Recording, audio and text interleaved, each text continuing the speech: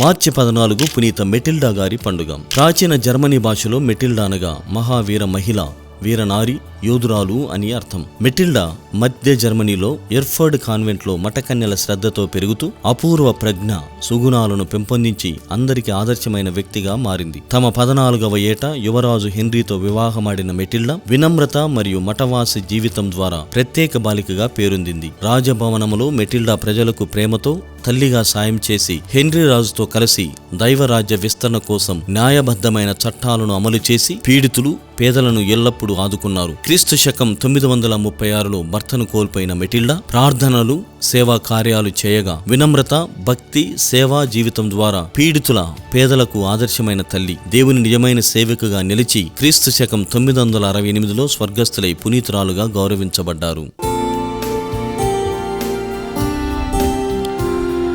పునీత మెటిల్డా గారు